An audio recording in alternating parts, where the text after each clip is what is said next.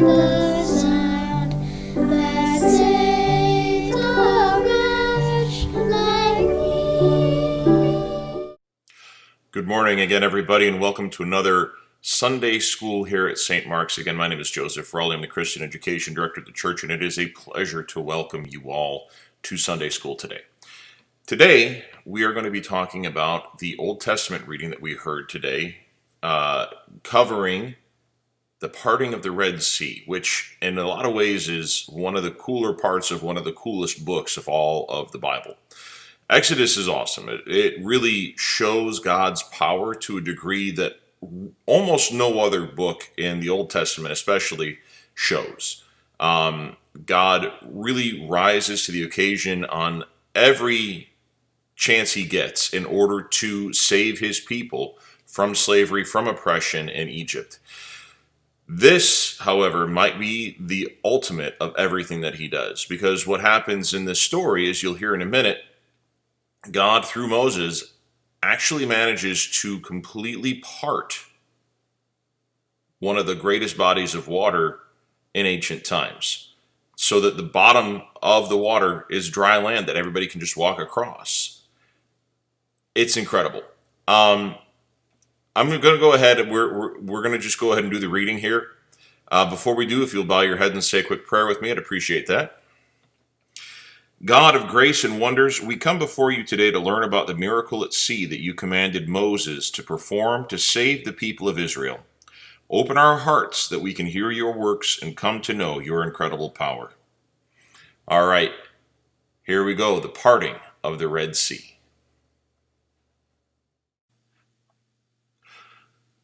This is a Sunday School reading from the book of Exodus, chapter 14, verses 19 through 31. The angel of God, who was going before the Israelite army, moved and went behind them, and the pillar of cloud moved from in front of them and took its place behind them. It came between the army of Egypt and the army of Israel, and so the cloud was there with the darkness, and it lit up the night. One did not come near the other all night. Then Moses stretched out his hand over the sea. The Lord drove the sea back by a strong east wind all night and turned the sea into dry land, and the waters were divided. The Israelites went into the sea on dry ground, the waters forming a wall for them on their right and on their left. The Egyptians pursued and went into the sea after them, all of Pharaoh's horses, chariots, and the chariot drivers. At the morning watch, the Lord in the pillar of fire and cloud looked down upon the Egyptian army and threw the Egyptian army into panic. He clogged their chariot wheels so that they turned with difficulty. The Egyptians said, "Let us flee from the Israelites, for the Lord is fighting for them against Egypt." Then the Lord said to Moses, "Stretch out your hand over the sea, so that the water may come back upon the Egyptians, upon their chariots and chariot drivers." So Moses stretched out his hand over the sea, and at dawn the sea returned to its normal depth. As the Egyptians fled before it, the Lord tossed the Egyptians into the sea. The waters returned and covered the chariots and the chariot drivers, the entire army of Pharaoh that had followed them into the sea. Not one of them remained. But the Israelites walked on dry ground through the sea, the waters forming a wall for them on their right and on their left. Thus the Lord saved Israel that day from the Egyptians, and Israel saw the Egyptians dead on the seashore. Israel saw the great work that the Lord did against the Egyptians. So the people feared the Lord and believed in the Lord and in his servant Moses. Here ends the reading.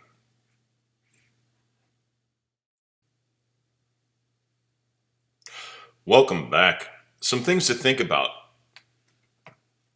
Sometimes when we read stories in the Bible, we don't think about them as people.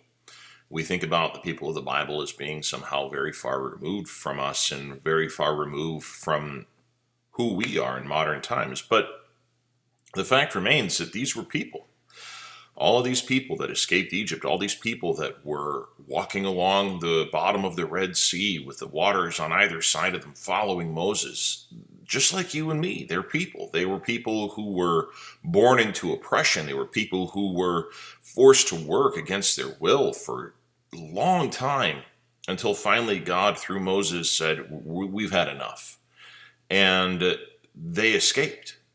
But how scary do you think that was for those people? I mean, I know myself having to leave everything that I own and my leaving my friends and leaving my neighborhood and leaving my church to go someplace that doesn't sound appealing to me. But I know to save my family, that's something I would do. I don't know about you all. I know it's a difficult thing to consider, but that's what these folks had to do. And again, they're people just like you and me. They eat, they sleep, they have fun with each other, they love each other, and ultimately, when all was said and done, they did what they had to do. Could you imagine being Moses? I mean, think about that, right? First, you've got the whole thing with like, you're adopted by a princess of Egypt. Then you're going off and you're basically, you find out that you're a Hebrew, that you're an Israelite. And so you go and you work with with your people now that you know are your people. Then you run away and you get married, and then you hear the voice of God talking to you from a burning bush, and then you go back with the power of God before you and within you, and you bring these plagues on the Pharaoh and on the people of Egypt, and then you go to the shores of the Red Sea. God says, "Hold out your hand, Moses," and you do, and the entire waters part in front of you. I mean, is there at any point do you guys think, I don't know, like this is just some thoughts, where just like as Moses, you're just kind of like, what is going on here? This is incredible. Or do you think Moses was really that devoted to God where he was just like, you know what? This is all awesome. And I appreciate God and I appreciate what's going on here. There's some incredible things happening, but you just got to run with it. I don't know. I think as Moses, personally, I'd be overwhelmed. I think Moses was a very special individual. Imagine traveling around with like a pillar of fire and smoke as basically God and interspersing itself with the Egyptians. I mean, these things are incredible. Like, we have amazing things that happen. We have miracles, I think, that happen every day. But nothing quite as powerful as what happens in the Old Testament. It's really a testament to God's power and grace. All right, we have a special guest today. Emily Cruz, who is our associate youth minister. She helps out with Alex, has agreed to step in today and show you guys how to do an awesome craft, just sort of depicting the waters parting and the people walking through. So here's Emily. She's going to go ahead and show you how to do all of that. And I'll be back in just a few minutes to ask a couple more questions and close us out with a prayer. Hope you guys enjoy.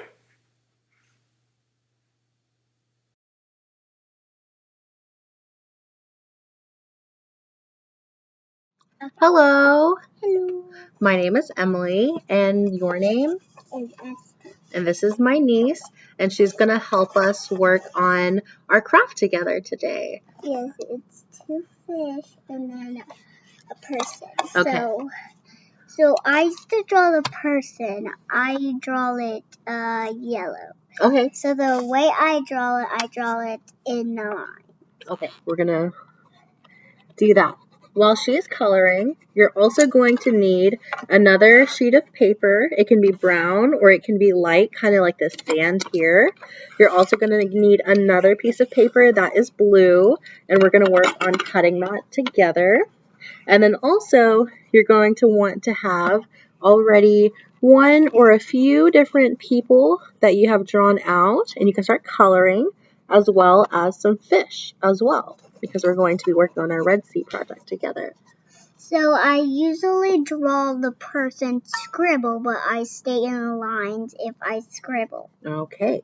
While she's working on coloring, we're going to take our blue piece of paper, and I have these very cool scissors, but you can just use regular scissors to cut this open here. We're going to cut it in half first. So there we go. Awesome. Now we're going to make smaller. I wish we could cut a mermaid like me. Like you.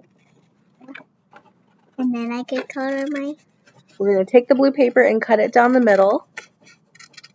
And then make 1-inch strips along both of the edges there. Okay, I'm done. You're done?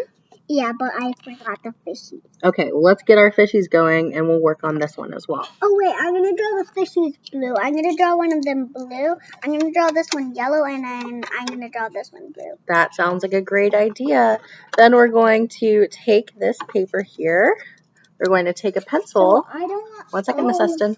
We're going to roll this up. We're going to make it so that it's going to curl like that.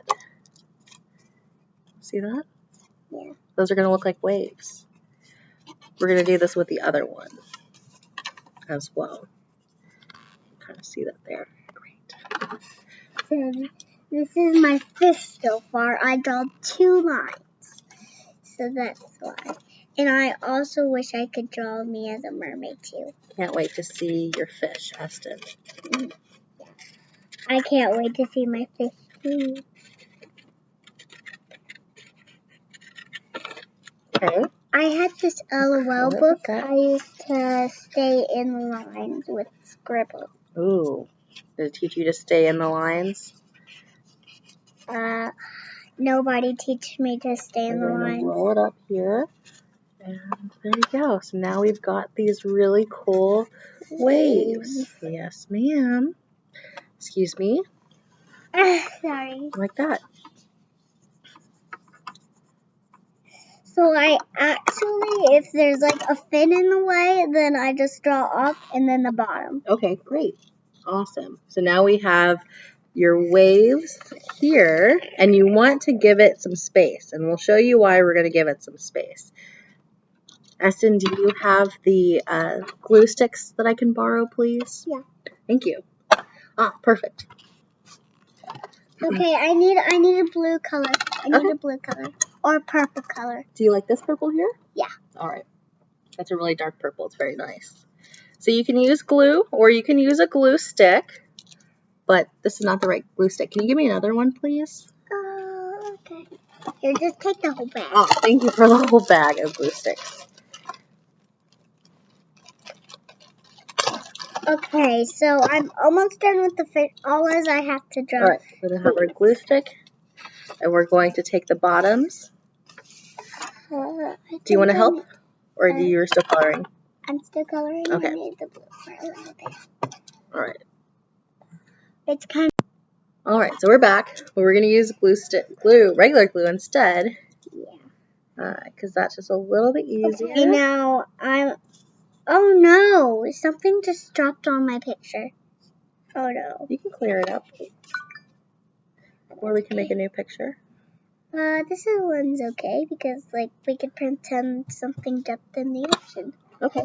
Okay, I need a different one. Careful, you can't. You have to be careful with where you're putting glue because glue can get very sticky. Yeah. Can you help me grab this one really quick? I need green for a little Okay, bit. that's fine. I'm busy coloring. My bad. Ah! There's something in my way. Oh, sorry. See how glue can get very sticky very quickly? You okay? Yeah. Can you clean up a little bit? I got glue. Yeah. That's Oh, well, glue. we're going to usually use napkins. Yeah. If we can, we'll wash our hands. Yeah.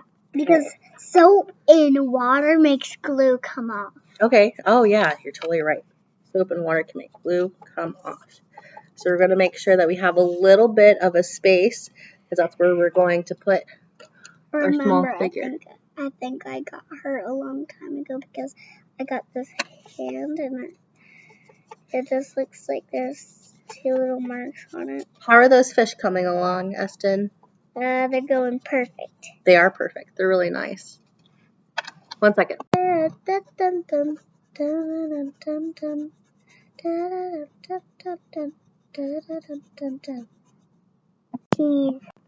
almost done with my cheese. Good. Awesome. Oh, look at those beautiful fish. Ta-da! Make it lower really quick. Make it lower. Make it lower. Hold on, Estten. Like that. I can't make it lower. See? Kind of like that. You're going to show the camera exactly what it is. I love those yellow colors too. This is going to be really nice. So what we need to do, and I'm going to take over from here, Miss Estten, because I know you're a big girl, but you need to get kid scissors or you need to have mom and dad help you. But we're going to cut these. We're going to give it a little bit more space at the bottom so that we can fold them and they can sit straight up. You're going to want to give him some extra space at the bottom so that you can fold it like this. And then when you go to set him down, he is standing. What is that there? It's like a color square. Great. All right. So now we're going to take this bottom part that we folded and add some glue. Did you want to help me add some glue here? Yeah. Okay. There you go. We'll take that and just a few drops. One, a few, 2, 3. 3 sounds good. And guess what? You're going to help me push it here and push it. There we go. Hold it. How long do we count? 10 seconds? 1, 2, 3, 4, 5, 6, 7, 8, 9, 10. 11. 11. All right, 11 seconds. Let go. And it works. Our glue is working. Now we're going to do the same thing with the fish. We've got our second fish here, and now we're going to cross it here. I like that, Essten, a lot. You can even kind of fold it so that now we've got a little floating fish, and we can add him right there. I'm going to bend it like that. You can show them right there. Pull it up to the camera more. I'm going to bend it like that. This is what I drew. Perfect. Mine's kind of bent too. Put it up to the camera so they can see it. Ta-da. Look at those beautiful fish. Okay, now we're going to bring it back here. We're going to swim back, swim back, swim back. And we need to add glue to the bottom of that now. Do you want me to hold this for you? I could just put it like that. Oh, you're going to put glue Okay, that's actually perfect. Ooh, that's a perfect spot for glue. All right, here we go. I'm going to put it gently there. Count. 1, 2, 3, 4, 5, 6, 7, 8, 9, 10. Perfect. And if you need to bend your fish back a little bit more, that's fine, because then they'll stay straight up like that. Yeah. So don't worry about not bending it or bending it too much, because your fish will stand up if you cut it that way. Oh, did we count? 1, 2, 3, 4, 5, 6, 7, 8, 9, 10, 11. 11 seconds. Silly. And looks like that is all. You've got your little fish here and Moses as well, and he's parting that Red Sea there. Thank you so very much, Estten. This was a lot of fun doing this with you. Oh, wait, I want to show you this creation. Okay. 1, 2, 3, 4, 5, 6, 7, 8, 9, 10, 11, 12. Okay. Ta-da! Having a lot of fun with glue today. All right. Thank you so very much. Bye. Bye. Bye. Cheese. Cheese. Okay. See our next creation right here on YouTube One Kid. Okay. Because we're about to walk up close to you. Bye. Bye. Emily, thank you so much for helping out with all of that. It was a joy to watch you and listen to you. I learned a lot from doing that craft, so thank you so much. Boys and girls, if you would do me a favor and ask your mom or your dad to take a picture of your craft and email it to me, that would be really appreciated. I'd love to be able to share some of these things on our website. It's joseph.rawley at stmarks-houston.org. I'd love to have a look at those projects. Again, thank you guys so much for joining us today. Just a few things to think about as you go through your everyday life. Where do you think you can find the grace of God? Where do you think you can find God's power, God's majesty? Look for miracles, because they're out there. You're not going to probably see God in a pillar of fire and smoke. I don't think that's going to happen. But maybe there's a miracle just around the corner. You know, maybe somebody miraculously gets better from an illness. Maybe something that you've wanted for a very long time to have happen happens. Pray. That's the best thing I can tell you to do, is to pray and look out for those amazing miracles that happen in our everyday life. We're not going to probably have the same sort of thing that happened in the Old Testament with the pillars of fire and smoke and parting of the Red Sea. But within your own life, maybe something that magnificent can happen. All right, let's close out with a prayer. Loving God, we gather as your people once again to give thanks for your mighty works. Open our eyes to see your hand at work in the world around us, that we might come to know you in new ways each day. Bless us as we go forth into the world and keep us safe until we gather together again. Amen. Until we gather together again, next week it'll be still online, but hopefully some point we'll be back together in person. Until then, I'll be here with you every Sunday, and I look forward to having you join me. God bless, have a great week, and we'll see you next week.